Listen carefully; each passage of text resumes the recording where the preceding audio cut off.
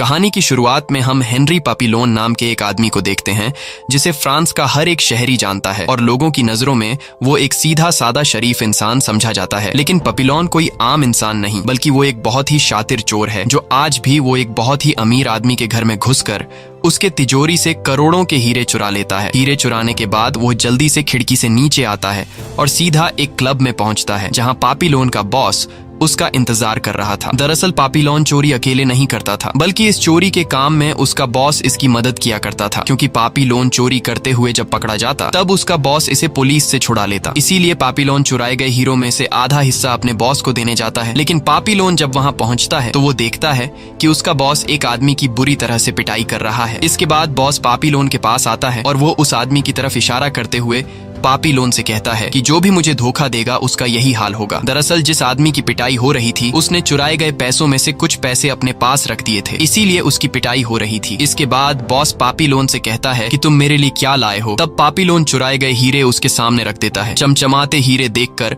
Boss पापिलोन से काफी खुश होता है और मजाक में बॉस पापिलोन से कहता है कि क्या तुमने भी उस आदमी की तरह अपने पास कोई हीरा तो छुपा कर नहीं रखा। जिस पर पापिलोन मुस्कुराते हुए जवाब देता है कि मैंने अपने लिए बड़े वाले हीरे अपने पास रख लिए हैं। यह सुनकर उसका बॉस भी हंसने लगता है और पापिलोन से कहता है कि मुझे तुम पर पूरा यकीन है कि मुझे तुम धोखा नहीं दे सकते। इसके बाद पापिलोन क्लब से निकलकर सीधा अपनी गर्लफ्रेंड के पास जाता है जिसका नाम नेनेट है। ये दोनों एक दूसरे से बहुत प्यार करते हैं और यहाँ पापिलोन चुराया गया एक हीरे का नेकलेस नेनेट को देता है। साथ ही वो कुछ हीरे भी नेनेट के हाथ में थमा देता है, जिससे हमें पता चलता है कि पापिलोन ने चुराए गए हीरों में से सारे हीरे अपने बॉस को नहीं दिए, बल्कि उसने अपने पास कुछ हीरे छुपा कर रख दिए थे। अब यहाँ हम देखते हैं एक आदमी छुपकर इन पर नजर रख रहा था, जो कि असल में बॉस ने इस आदमी को पापिलोन का पीछा करने को कहा था। और यहाँ उस आदमी को पता चल जाता है कि पापिलोन ने बॉस को धोखा देकर अपने पास कुछ हीरे छुपा कर रख दिए थे। लेकिन पापिलोन को इस बात की कोई खबर नहीं थी कि कोई उसका पीछा कर रहा है। इसके बाद ये दोनों अपने घर चले आते हैं और सो जाते हैं। अगली सुबह जब इनकी आंख खुलती है तो नेनेट पापिलोन से कहती है कि मुझे यहाँ पर नहीं रहना, मुझे गांव जाना है जहां हम दोनों एक सुकून भरी जिंदगी गुजारेंगे। जिस पर पापिलोन नेनेट से कहता है कि गांव में कुछ भी नहीं है, मैंने कल रात जितने पैसे कमाए हैं गांव के लोग एक साल में भी उतना पैसा नहीं कमा सकते। ये सुनकर नेनेट नाराज हो जाती है और कहती है कि तुम्हारे लिए पैसे ही सब कुछ है। तब पापिलोन उसे राजी करते हुए कहता है कि मुझे सिर्फ 6 महीने का टाइम दो, 6 महीनों में मैं इतना पैसा कमा लूंगा कि मुझे दोबारा चोरी करने की जरूरत ही नहीं पड़ेगी और हम दोनों गांव में एक सुकून भरी जिंदगी गुजार पाएंगे। लेकिन ये सब कहते हुए पापिलोन को कुछ पता नहीं था कि कुछ देर बाद उसके साथ कुछ ऐसा होने वाला है जिससे उसकी जिंदगी पूरी तरह से बर्बाद हो जाएगी। अब ये दोनों एक दूसरे से बातें कर ही रहे होते हैं कि तभी दरवाजे पर मकान मालिक नॉक करता है। पापिलोन को लगा कि शायद मकान मालिक घर का किराया लेने आया है, इसलिए वो दरवाजा खोलने जाता है। पर जैसे ही वो दरवाजा खोलता है तभी कुछ पुलिस वाले अंदर आते हैं और वो पापिलोन को किसी के खून के इल्जाम में अरेस्ट कर लेते हैं। दरअसल इन पुलिस वालों को पापिलोन के बॉस ने यहाँ भेजा था, क्योंकि उसे पता चल गया था कि पापिलोन ने उसे धोखा दिया है। यहाँ पापिलोन पुलिस से कहता है कि मैंने किसी का खून नहीं किया, लेकिन पुलिस वाले उसकी कोई बात नहीं सुनते और सीधा उसे पुलिस स्टेशन ले जाते हैं। अगले दिन नेनेट पापिलोन से मिलने पुलिस स्टेशन जाती है और वहाँ नेनेट पापिलोन को बताती है कि तुम्हें एक आदमी के खून के इल्जाम में उम्र भर कैद हुई है। और यहाँ पापिलोन को पता चलता है कि उस रात उसका बॉस जिस आदमी की पिटाई कर रहा था उसे उन लोगों ने पीट पीट कर मार डाला और उसका इल्जाम पापिलोन पर लगा दिया। नेनेट उससे कहती है कि परेशान मत हो, मैं कोर्ट में अपील करूंगी और तुम्हें जल्द ही छुड़ा लूंगी। लेकिन पापिलोन कहता है इसका कोई फायदा नहीं, क्योंकि मुझे फंसाया गया है। तुम चाहे जितनी बार भी मेरे लिए कोर्ट में केस लड़ो, पुलिस मुझे नहीं छोड़ेगी, क्योंकि मुझे जेल में रखने के लिए मेरे बॉस ने पुलिस को पैसे दे दिए हैं। इसलिए मुझे यहाँ से कोई भी कानून छुड़वा नहीं सकता और अब मुझे खुद ही जेल से भागना पड़ेगा। वो नेनेट से कहता है कि जेल से भागने के बाद मैं सबसे पहले उस आदमी को मारूंगा जिसने यहाँ मुझे फंसाया है। उसके बगल में ही जूलियट नाम का एक दूसरा कैदी उसे कहता है कि अगर तुम्हें यहाँ से भागना है तो तुम भाग सकते हो, लेकिन यहाँ से भागने के लिए तुम्हें बहुत सारे पैसों की जरूरत होगी। इसके बाद उन सभी कैदियों को मेडिकल के लिए ले जाया जाता है और उन्हें जेल की यूनिफॉर्म पहनाकर एक साथ लाइन में खड़ा किया जाता है। वहां पर बहुत सारे कैदी थे, लेकिन जूलियट पापिलोन को एक खास आदमी की तरफ इशारा करते हुए कहता है कि इस आदमी का नाम लोयस है और वो एक करोड़पति है, क्योंकि वह यहाँ आने से पहले करोड़ों रुपए के जाली कागजात बनाया करता था और अब भी उसने अपने पास ढेर सारे पैसे छुपा कर रखे हैं। जूलियट पापिलोन से कहता है लेकिन वह यहाँ ज्यादा दिन जिंदा नहीं रह पाएगा, क्योंकि उससे पैसे छीनने के लिए यहाँ के कैदी उसे मार डालेंगे। मेडिकल होने के बाद सभी कैदियों को जेल के कपड़े पहनाकर शहर के रास्ते से जेल ले जाया जाता है। अब यहाँ रास्ते में लोएस की बीवी एक वकील के साथ लोएस से मिलने आती है, जो लोएस से कहती है कि तुम परेशान मत हो, और वह लोएस से वादा करती है कि वकील की मदद से मैं तुम्हें कुछ ही हफ्तों में जेल से छुड़वा लूंगी। अब यहाँ सभी कैदियों को समुद्र में बनी जेल में ले जाने के लिए एक शिप में बैठाया जाता है, और जब सभी कैदी शिप में बैठ जाते हैं तब पापीलोन सीधा लोएस के पास आता है और लोएस से कहता है कि इस जेल में बहुत से खूंखार कैदी हैं जो तुम्हारी जान के पीछे पड़े हैं, क्योंकि वो तुमसे पैसे छीनना चाहते हैं। लेकिन अगर तुम चाहो तो मैं तुम्हारा बॉडीगार्ड बन सकता हूँ। मैं तुम्हारे सोते जागते हर वक्त तुम्हारी रक्षा करूंगा, लेकिन तुम्हें इस काम के लिए मुझे पैसे देने होंगे। ये सुनकर लोएस मुस्कुराता है और कहता है कि मुझे तुम्हारी मदद की कोई जरूरत नहीं, क्योंकि यहाँ मेरी सेफ्टी के लिए गार्ड्स हैं। लेकिन उसका ये भरम जल्द ही टूटने वाला था, क्योंकि वह कभी जेल की वहशीपन से रूबरू नहीं हुआ था। और जैसे ही रात होती है तब सभी कैदी सो जाते हैं, लेकिन जब आधी रात होती है तब किसी आहट से लोएस की आंख खुल जाती है और वो देखता है कि एक आदमी उसके बगल वाले कैदी का गला काटकर उसे मार देता है, और उस कैदी ने जो पैसे अपने पास छुपा कर रखे थे वह उससे छीन लेता है, और उन पैसों में से कुछ पैसे वह लंबा चौड़ा आदमी वहीं पर फेंक देता है। कुछ देर बाद वहां एक गार्ड आता है और उस लंबे चौड़े आदमी ने जो पैसे फेंके थे वह गार्ड उन पैसों को उठा लेता है। यह सब देखकर लोएस बहुत ज्यादा डर जाता है और अब जाकर उसकी अक्ल ठिकाने आ जाती है। लोएस समझ जाता है कि यहाँ उसकी जान को खतरा है, क्योंकि उसके पास ढेर सारे पैसे हैं, और उसने देखा कि यहाँ के गार्ड्स भी कैदियों के साथ मिले हुए हैं। सुबह होते ही लोएस सीधा पपीलोन के पास जाता है और पपीलोन से कहता है कि मैं तुम्हें पैसे देने के लिए तैयार हूँ, बस तुम्हें मेरी हिफाजत करनी है। अब पपीलोन को जेल से भागने के लिए पैसों की जरूरत थी, इसलिए वह मान जाता है, और पपीलोन लोएस से कहता है कि जिस दिन मैं इस जेल से भागूंगा तब मैं तुम्हें अपने साथ ले जाऊंगा। लेकिन लुइस मुस्कुराते हुए कहता है कि तुम्हें मेरी टेंशन लेने की जरूरत नहीं है, मैं यहाँ से भागना नहीं चाहता, क्योंकि जल्द ही मेरी बीवी मुझे यहाँ से छुड़ा लेगी। ये सुनकर पापीलोन लुइस से कहता है कि तुम बहुत ही बड़े बेवकूफ हो, तुम्हारी बीवी तुम्हें यहाँ से कभी भी नहीं छुड़ाने वाली है। ये कहकर पपीलोन वहां से चला जाता है। अब रात हो जाती है और हम देखते हैं कि वही लंबा चौड़ा कैदी इस बार लुइस को मारने के लिए आ रहा है, लेकिन इससे पहले कि वो कैदी लुइस को मार पाता तभी पीछे से पापीलोन आ जाता है और पापीलोन उस कैदी को बुरी तरह से पीटने लगता है। वो उस कैदी को इतने बुरे तरीके से मारता है कि उसकी हालत खराब कर देता है। फाइट के शोर शराबे से सभी कैदी जाग जाते हैं और शोर शराबे को सुनकर गार्ड्स भी वहां पहुंच जाते हैं। गार्ड्स वहां पर मौजूद सभी कैदियों के हाथ चेक करते हैं और जब गार्ड्स पापीलोन के हाथों को देखते हैं तो वो पापीलोन के हाथों पर मुक्कों के निशान देखकर समझ जाते हैं कि इसी ने उस कैदी को मारा है। अब सजा के तौर पर गार्ड्स पापीलोन को उल्टा करके बुरी तरह से जंजीरों से बांध लेते हैं और कुछ दिनों के लिए पापीलोन का खाना बंद कर देते हैं। पापीलोन सोच रहा था कि उसकी गैर मौजूदगी में किसी ने लुइस को मार न दिया हो, लेकिन जब पापीलोन सजा से छूटकर बाहर निकलता है तो हम देखते हैं कि पापीलोन ने उस आदमी को इतने बुरे तरीके से मारा था कि उसकी पिटाई को देखकर किसी में भी इतनी हिम्मत नहीं थी कि दोबारा लुइस को कोई हाथ लगा सके। इसके बाद सभी कैदियों को शिप से उतारकर लाइन से जेल की तरफ ले जाया जाता है और कुछ ही देर बाद इन सभी कैदियों को जेल पहुंचा दिया जाता है। ये जेल बहुत ही ज्यादा स्ट्रिक्ट थी, जो समुंदर के पीछे एक आइलैंड पर बनाई गई थी जहां से भाग पाना नामुमकिन था। यहाँ जेल का वार्डन सभी कैदियों को लाइन से खड़ा करके उनसे कहता है कि मुझे पता है कि तुम में से काफी लोग यहाँ से भागने के बारे में सोच रहे होंगे और मैं तुम लोगों को यहाँ से भागने से नहीं रोकूंगा, क्योंकि यहाँ से भागते हुए मेरे गार्ड्स को तुम्हें मारने में मजा आएगा।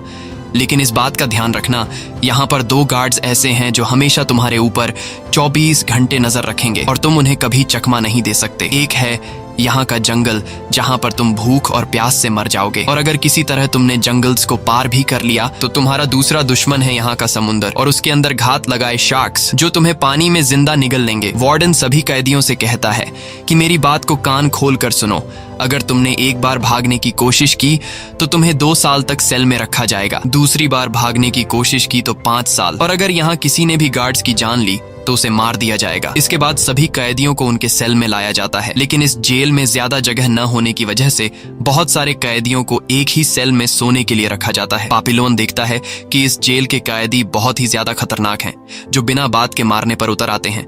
इसलिए पापीलोन लुइस से कहता है कि यहाँ तुम अपना ध्यान रखना, क्योंकि अगर यहाँ किसी को पता चल गया कि तुम्हारे पास पैसे हैं तो ये लोग तुम्हें नहीं छोड़ेंगे।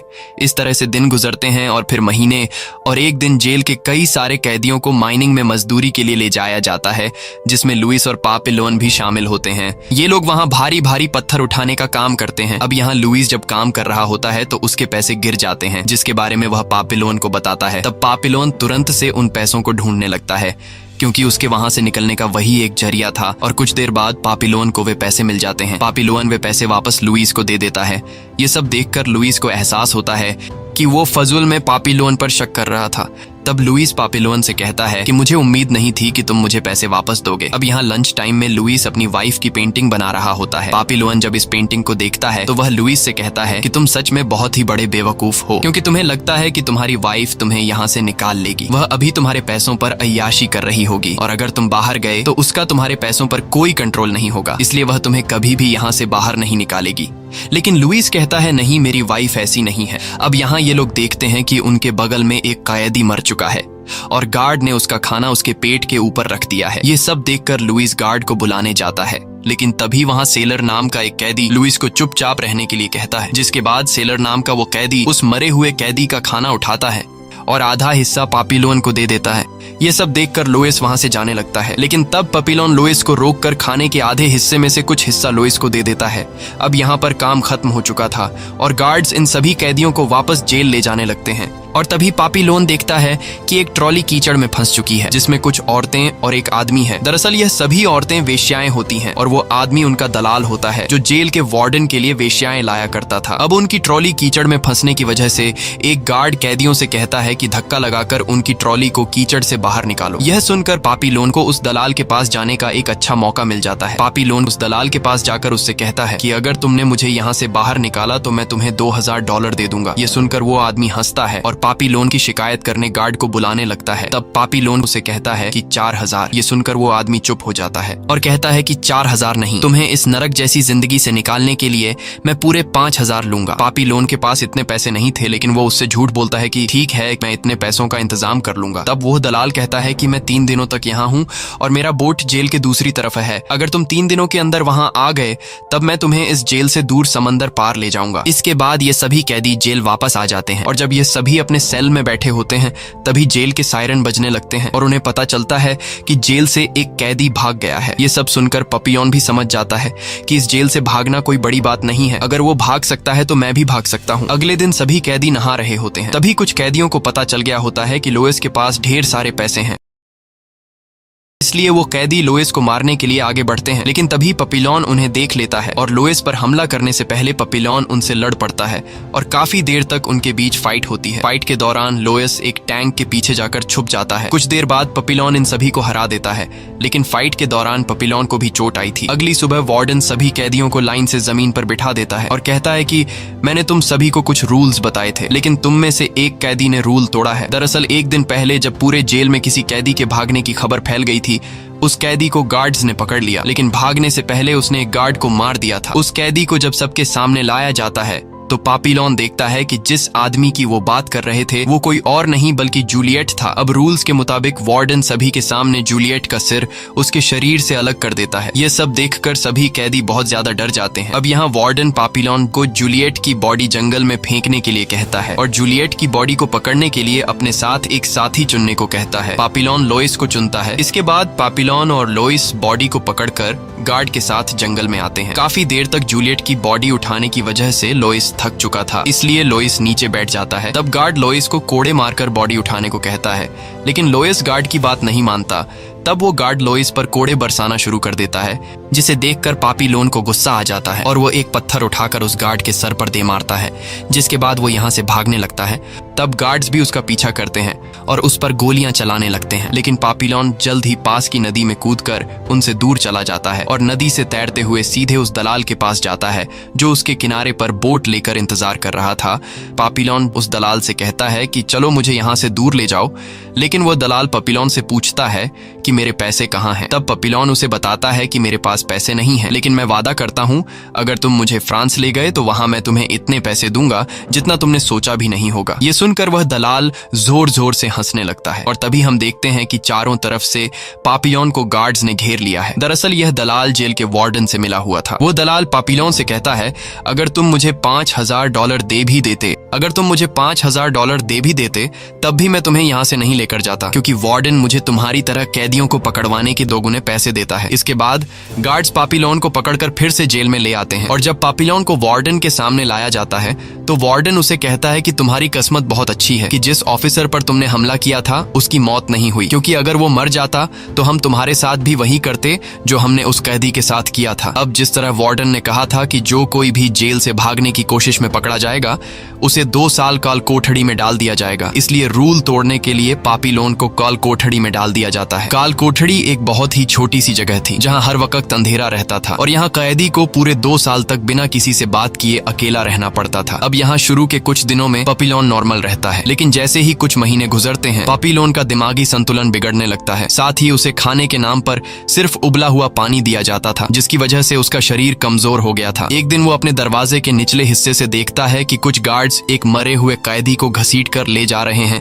ये देखकर पापीलोन पूरी तरह से टूट जाता है। कुछ दिन बाद हम देखते हैं कि एक ऑफिसर पापीलोन के सेल में आता है। ये वही ऑफिसर था जिसे पत्थर से सिर पर मारकर पापीलोन ने भागने की कोशिश की थी। वो ऑफिसर पापीलोन पर काफी गुस्सा था और वो ऑफिसर पापीलोन को बुरी तरह से मारकर चला जाता है। पापीलोन की हालत अब काफी खराब हो चुकी थी। काफी लंबे टाइम से अकेले सेल में रहने की वजह से वह अपनी आवाज तक भूल चुका था। एक दिन पापीलोन जब सो रहा था तब एक गार्ड उसके सेल में एक बाल्टी अंदर की तरफ धकेलता है। पापीलोन जब उस बाल्टी को देखता है तो उसमें एक नारियल रखा हुआ था, साथ ही एक लेटर भी था जिसे पढ़कर पापीलोन समझ जाता है कि यह नारियल लोइस ने भेजा है। बहुत दिनों बाद अच्छा खाना खाकर पापीलोन काफी खुश होता है। यहाँ हम देखते हैं कि अगले कुछ महीनों में पापीलोन के शरीर में फिर से जान आ गई थी, क्योंकि अब हर रोज उसे एक नारियल लोइस भेजा करता था और पापीलोन खुद को फिट रखने के लिए हर रोज एक्सरसाइज भी करता था। लेकिन उसके ये अच्छे दिन बहुत जल्दी खत्म होने वाले थे, क्योंकि वार्डन को शक हो गया था कि इतनी भयानक जगह में रहने के बावजूद पापीलोन दिन पर दिन स्ट्रांग होता जा रहा है।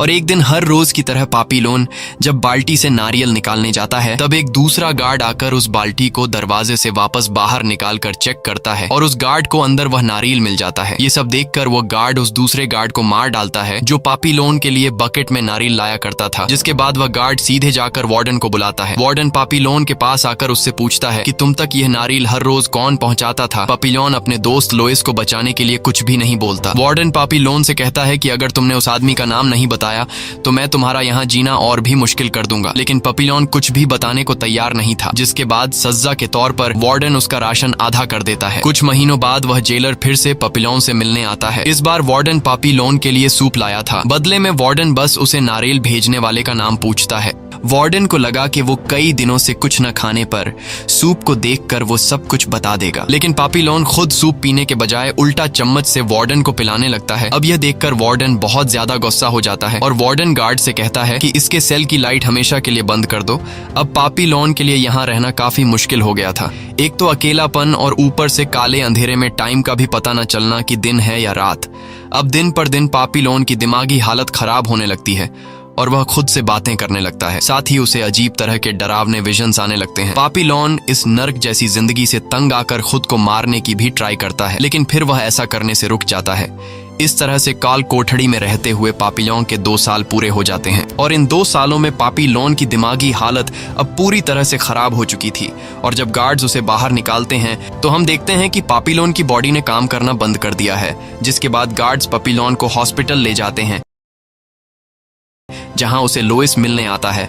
लोइस एक ग्रेजुएटेड इंसान होने की वजह से अब वो वार्डन के लिए जेल में कुछ जरूरी डॉक्यूमेंट्स बनाने का काम करता है और वार्डन अब लुइस से काफी खुश रहने लगा था। लुइस जब पापीलोन को देखता है तो उसे अपना दोस्त एक स्ट्रेचर पर बेजान पड़ा हुआ दिखता है। लुइस अपने दोस्त को इस हालात में देखकर बहुत ज्यादा दुखी होता है और वो पापीलोन से माफी मांगता है, क्योंकि उसे लगता था कि यह सब उसकी वजह से हुआ है। वो पापीलोन से कहता है कि तुमने बिल्कुल सही कहा था, मैं यहाँ से कभी नहीं निकल पाऊंगा। मेरी वाइफ ने मुझे धोखा देकर उस वकील से शादी कर ली है और अब वह उसके साथ खुश है। ये सब सुनकर पापीलोन हंसने लगता है और यहाँ हमें पता चलता है कि पापीलोन पागल होने का नाटक कर रहा था। असल में उसकी दिमागी हालत बिल्कुल ठीक थी। लुइस उसे कहता है कि अगर मैं तुम्हारी जगह होता तो शायद इतना सख्ती कभी नहीं सह पाता और वार्डन को सब कुछ उगल देता। तब पापीलोन लुइस से कहता है कि ऐसा नहीं कि मैंने इसके बारे में सोचा नहीं, लेकिन जब जब मैं सच बताने के बारे में सोचता था तब मुझे याद आता था कि तुम जैसा आदमी इन लोगों के टॉर्चर को झेल नहीं पाएगा। लुइस उसे कहता है कि हम अब भी यहाँ से निकल सकते हैं, लेकिन बस एक परफेक्ट प्लान की जरूरत है और मुझे पता है कि जब तुम्हारे जैसा दोस्त मेरे साथ है तो यहाँ से निकलने से हमें कोई भी नहीं रोक सकता। लुइस पापिलोन को सेलर नाम के उस आदमी के बारे में बताता है जिसने कभी पापिलोन के साथ खाना आधा किया था। लुइस कहता है कि सेलर ने बाहर के एक आदमी से बोट का इंतजाम कर लिया है और संडे को वार्डन कुछ ऑफिसर्स के साथ जेल में मूवी देखने वाला है। जब वार्डन और गार्ड्स मूवी देखने में मसरूफ होंगे तब मौके का फायदा उठाते हुए हम जेल से भाग जाएंगे। उनकी बातें चल ही रही होती हैं कि तभी अचानक पापिलोन लुइस को पकड़कर जोर जोर से चिल्लाने लगता है ताकि डॉक्टर्स को लगे कि उसे फिर से दौरे पड़े हैं और वो उसे बेहोशी की गोलियां खिलाएं। और होता भी ऐसा ही है। जब डॉक्टर्स पापिलोन को बेहोशी की गोली खिलाते हैं तब पापिलोन उसे निगलता नहीं बल्कि अपने मुंह में रख लेता है और डॉक्टर के जाने के बाद पापिलोन अपने मुंह से बेहोशी की गोली निकालकर जमा करने लगता है। रात को पापिलोन सैम नाम के एक लड़के के पास जाता है और पापिलोन उसे भी अपनी टीम में शामिल कर लेता है। दरअसल इस जेल के जिस गार्ड के पास सभी लॉकर्स की चाबियां थीं, वह गार्ड सैम को पसंद किया करता था। इसलिए पापिलोन सैम से कहता है कि संडे को हम यहाँ से भागने वाले हैं और उस दिन तुम्हें जैसे तैसे करके उस गार्ड का ध्यान भटकाना है और उसकी चाबियां चुराकर हमें देनी है। सैम मान जाता है। अगले दिन सेलर भी उनके प्लान में शामिल हो जाता है, जिसने पहले से बाहर बोट का इंतजाम कर रखा था, लेकिन अब उसे सिर्फ उस बोट के मालिक को पैसे देने थे। लेकिन सेलर के पास पैसे नहीं थे और वह पैसे लुइस उसे दे देता है। अब यहाँ पापिलोन लुइस को एक मैच बॉक्स में बेहोशी की गोलियां देता है जो उसने एक एक करके जमा की थी। पापिलोन लुइस से कहता है कि संडे को जब वार्डन और उसके साथ ही मूवी देखने में मशगूल होंगे तब तुम उनकी ड्रिंक्स में बेहोशी की ये गोलियां मिक्स कर देना, जिससे वे सभी बेहोश हो जाएंगे और हमें भागने का मौका मिल जाएगा। अब लुइस जैसे ही वहां से जाने वाला होता है तभी एक कैदी लुइस पर हमला करके लुइस से वे बेहोशी की गोलियां छीन लेता है। ये सब पास खड़ा पापिलोन भी देख रहा था, लेकिन इस बार पापिलोन लुइस की मदद नहीं करता। वह देखना चाहता था कि बिना मेरी प्रोटेक्शन के वह इतने सालों से जिंदा कैसे है। अब यहाँ हम देखते हैं कि लुइस बड़ी आसानी से उस कैदी से गोलियां वापस छीन लेता है। यह सब देखकर पापिलोन काफी खुश होता है। अब लुइस पहले जैसा नहीं रहा। यहाँ के माहौल ने उसके डर को खत्म कर दिया था। अब वह रात आ जाती है जिस रात ये लोग यहाँ से भागने वाले थे, जिसके बाद ये चारों अपने प्लान को अंजाम देने के काम पर लग जाते हैं। अब जब सभी कैदी और वार्डन मूवी देखने में बिजी होते हैं तब लुइस जल्दी से उनकी ड्रिंक्स में वे बेहोशी की गोलियां मिक्स कर देता है। दूसरी तरफ सैम उस गार्ड का ध्यान भटकाने के लिए उसे अपने साथ वॉशरूम की तरफ ले जाता है। दूसरी तरफ लुइस वार्डन और वहां मौजूद ऑफिसर को ड्रिंक सर्व कर देता है, जिसे पीने के बाद वो कुछ ही मिनटों में कभी भी बेहोश हो सकते थे। वही सैम जिस गार्ड को बाथरूम की तरफ लेकर गया था, वहां अंदर पहले से पापिलोन मौजूद होता है। अब बाहर मूवी चलने के शोर का फायदा उठाते हुए पापिलोन पीछे से आकर इस गार्ड के सर पर लोहे से वार करके उसे बेहोश कर देता है। लेकिन कुछ गार्ड्स ऊपर से आने वाले शोर की आवाज सुन लेते हैं, जिसके बाद एक गार्ड ऊपर देखने के लिए आ ही रहा होता है कि तभी वो दवाई असर दिखा देती है और वो गार्ड्स और अंदर मूवी देखने वाले ऑफिसर सभी बेहोश हो जाते हैं। अब ये इनके लिए अच्छा मौका था यहाँ से भागने का। अब प्लान के मुताबिक ये चारों जैसे ही यहाँ से निकलने लगते हैं तभी अचानक बारिश शुरू हो जाती है और बारिश की वजह से बिजली भी चली जाती है। अब अंधेरे में ये चारों जैसे तैसे करके जेल की दीवार पर चढ़ जाते हैं, जहाँ हम देखते हैं कि वो सभी एक एक करके दीवार से नीचे कूद जाते हैं। लेकिन जब लुइस की कूदने की बारी आती है तभी लाइट दोबारा से आ जाती है। अब पकड़े जाने के डर से हड़बड़ाहट में लुइस गलती से एक पत्थर पर कूद जाता है, जिससे उसकी पैर में काफी गहरी चोट आती है। अब लुइस चलने की हालत में नहीं था, इसलिए सेलर कहता है कि इसे चोट लगी है, हम इसे अपने साथ नहीं ले जा सकते। लेकिन पापिलोन लुइस को छोड़ने को तैयार नहीं था, इसलिए पापिलोन सैम की मदद से लुइस को कंधे पर उठाकर ले जाने लगते हैं। कुछ दूर आगे आने के बाद एक आदमी इन पर बंदूक तान देता है। तब सेलर कहता है कि डरो मत, ये वही आदमी है जो हमें समुंदर पार करने के लिए बोट देगा। जिसके बाद ये चारों बोट में बैठकर जेल से फरार हो जाते हैं। लेकिन अभी खतरा टला नहीं था, क्योंकि अब इन्हें समुंदर का सामना करना था। अब इनकी जो बोट थी वो काफी छोटी थी, इसलिए बोट 4 लोगों का वजन बर्दाश्त नहीं कर सकती थी, जिस वजह से बोट में धीरे धीरे पानी भरने लगता है। ये सब देखकर सेलर कहता है कि हमें इस बोट से वजन कम करना होगा, और वैसे भी लुइस किसी काम का नहीं और ऊपर से उसका एक पैर भी नाकारा हो गया है, इसलिए हमें लुई को पानी में फेंक देना चाहिए, जिससे बोट का वजन कम हो जाएगा और हम तीनों की जान बच पाएगी। लेकिन पापिलोन ऐसा करने से मना कर देता है। ये सुनकर सेलर गुस्सा हो जाता है और लुई पर हमला कर देता है। तब पापीलोन सेलर को रोकने के लिए सेलर से लड़ने लगता है, लेकिन सेलर पापीलोन पर भारी पड़ रहा था और जैसे ही सेलर पापीलोन का गला दबाकर उसे मारने ही वाला था, तभी पीछे से लुई सेलर पर चाकू से कई बार वार करके सेलर को मार डालता है, जिसके बाद ये तीनों सेलर की बॉडी को समुद्र के पानी में फेंक देते हैं। लुइस ने पहली बार किसी का खून किया था, जिससे वो सदमे में चला जाता है, लेकिन पापीलोन उसे समझाता है कि अगर तुम ऐसा नहीं करते तो वो तुम्हें मार डालता। सेलर को पानी में गिराने के बाद बोट का वजन भी नॉर्मल हो चुका था और अब ये लोग इस हादसे से अच्छी तरह संभल नहीं पाए थे कि तभी ये लोग देखते हैं कि सामने से एक बहुत ही बड़ा तूफान आ रहा है और अब इनको कुछ समझ नहीं आ रहा था कि तूफान से बचने के लिए क्या किया जाए। इसलिए ये लोग ऊपर वाले पर सब कुछ छोड़कर बोट से चिपक कर बैठ जाते हैं। कुछ देर बाद ये लोग तेज तूफान की चपेट में आ जाते हैं, जिसमें पापीलोन बेहोश हो जाता है और पापीलोन को जब होश आता है तो वो खुद को एक आइलैंड पर पाता है। दरअसल तूफान से टकराने के बाद ये तीनों यहाँ के आदिवासी लोगों को बेहोशी की हालत में मिले थे और उन्होंने इनकी ट्रीटमेंट की। पापीलोन जब बाहर आता है तो उसे वहाँ पर एक नन मिलती है। पापीलोन उस नन से अपने साथियों के बारे में पूछता है, जिस पर नन उसे बताती है कि वो सभी सुरक्षित हैं और उन्हें फिलहाल आराम की जरूरत है। नन जानती थी कि ये तीनों कहां से आए हैं, पर वो नन पापी से कहती है कि ऊपर वाला इन्हें माफ कर देगा। इसके बाद पापी समुद्र के पानी में नहाने जाता है। इतने सालों के बाद वो खुली हवा में सांस ले रहा था और यहाँ उसे काफी अच्छा लगता है। इसके बाद पापी लोन लुइस के पास जाता है और लुइस से कहता है कि हम यहाँ ज्यादा देर नहीं रुक सकते, हमें आगे बढ़ना होगा, क्योंकि यहाँ के आदिवासी लोगों को पता है कि हम जेल से भागे हुए कैदी हैं और हम यहाँ पकड़े जा सकते हैं। लेकिन लुइस और सैम यहाँ से जाने से इनकार कर देते हैं, जिसके बाद पापीलोन अकेला यहाँ से निकल पड़ता है। लेकिन वो जैसे ही थोड़ी दूर जाता है वो देखता है कि कुछ पुलिस वाले उन्हें ढूंढ रहे हैं।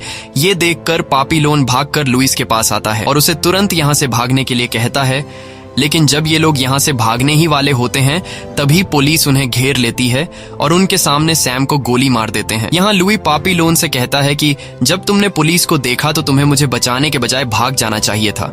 इसके बाद पुलिस इन दोनों को पकड़ लेती है। यहाँ इन्हें पता चलता है कि पुलिस को इनकी खबर उस नन ने दी थी, जिसके बाद पापीलोन को पकड़कर फिर से जेल में लाया जाता है और रूल्स के मुताबिक दूसरी बार भागने के लिए उसे 5 साल के लिए काल कोठरी में डाल दिया जाता है। अब यहाँ हमें सीधा 5 साल बाद का सीन दिखाया जाता है, जहाँ हम देखते हैं कि पापीलोन वो पहले वाला पापीलोन नहीं रहा, बल्कि अब वो एक जिंदा ढांचा बन गया है और पापीलोन अब बूढ़ा हो चुका है। जिस दिन उसे पकड़ा गया था उस दिन के बाद से उसे हमेशा काल कोठरी में ही रखा गया ताकि ये दोबारा कभी भागने की कोशिश न करे। और आज पापीलोन के काल कोठरी में 5 साल पूरे हो गए थे, इसलिए जेल का वार्डन उसे खुद देखने आता है। वार्डन देखता है कि पापीलोन अभी तक जिंदा है और उसे कहता है कि बहुत कम लोग होते हैं जिनके अंदर तुम्हारे जितनी बर्दाश्त होती है। वार्डन उससे पूछता है कि तुम आखिर किसकी तलाश कर रहे हो कि जिसकी वजह से तुम्हारे अंदर उम्मीद अभी भी बची हुई है? क्या तुम्हें अभी भी लगता है कि तुम यहाँ से भाग सकते हो? लेकिन पापीलोन वार्डन को कोई जवाब नहीं देता, जिसके बाद गार्ड्स उसे ले जाने लगते हैं और पापीलोन को ले जाते वक्त वार्डन उसे देख रहा होता है। इसके बाद गार्ड्स पापीलोन को एक बोट में बिठाकर दूसरे जेल में शिफ्ट करने ले जाते हैं, जिसका नाम डेविल्स आइलैंड है। ये एक ऐसी जेल थी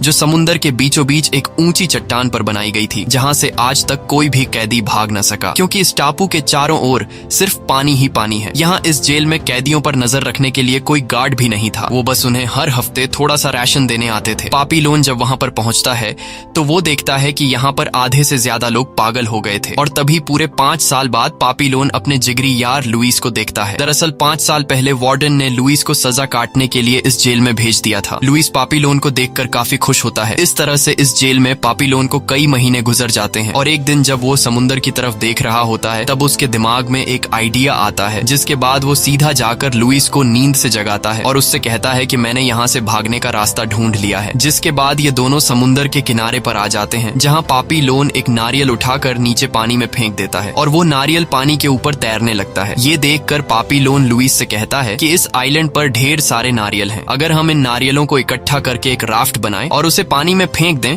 तो समुद्र की लहरें हमें अपने साथ बाहरी किनारे पर ले जाएंगी। लुइस को ये आइडिया अच्छा लगता है, जिसके बाद ये लोग नारियल को बोरियों में भरना शुरू कर देते हैं और फिर ये लोग नारियल की बोरियों को लेकर चट्टान के किनारे पर आते हैं, जहाँ पापीलोन दोनों बोरियों को बांधकर एक राफ्ट बना लेता है। अब बस इनकी कूदने की देरी थी, लेकिन यहाँ लुइस जब अपनी हालत देखता है तो वो पापीलोन से कहता है कि मैं यहाँ से नहीं जाना चाहता। पापीलोन उसे वजह पूछता है, तब लुइस उसे बताता है कि तुम्हारा यहाँ से जाना जितना जरूरी है, शायद उतना जरूरी मेरा यहाँ रुकना है, क्योंकि अब बाहर की दुनिया में मेरा कुछ भी नहीं बचा। मैं इस जिंदगी का आदी हो गया हूँ और मुझे पता है कि अब वहाँ मैं सरवाइव नहीं कर पाऊंगा। पापीलोन समझ जाता है कि लुइस यहाँ रहकर ही खुश रहेगा, जिसके बाद वो जोर से लुइस को गले लगाकर रोने लगता है और आखिरी बार लुइस को अलविदा कहता है। अब पापीलोन अकेला ही यहाँ से निकलने की तैयारी करने लगता है। तब लुइस चुपचाप शांति से पापी को देख रहा होता है। लुइस यहाँ पर कई सालों से था और उसे पता था कि इतनी ऊंचाई से कूदने वाला आदमी कभी जिंदा नहीं बचा, लेकिन वो पापी को रोकने की कोशिश नहीं करता, क्योंकि वो जानता था कि जो आदमी इस हालत में भी यहाँ से भागने के बारे में सोच सकता है,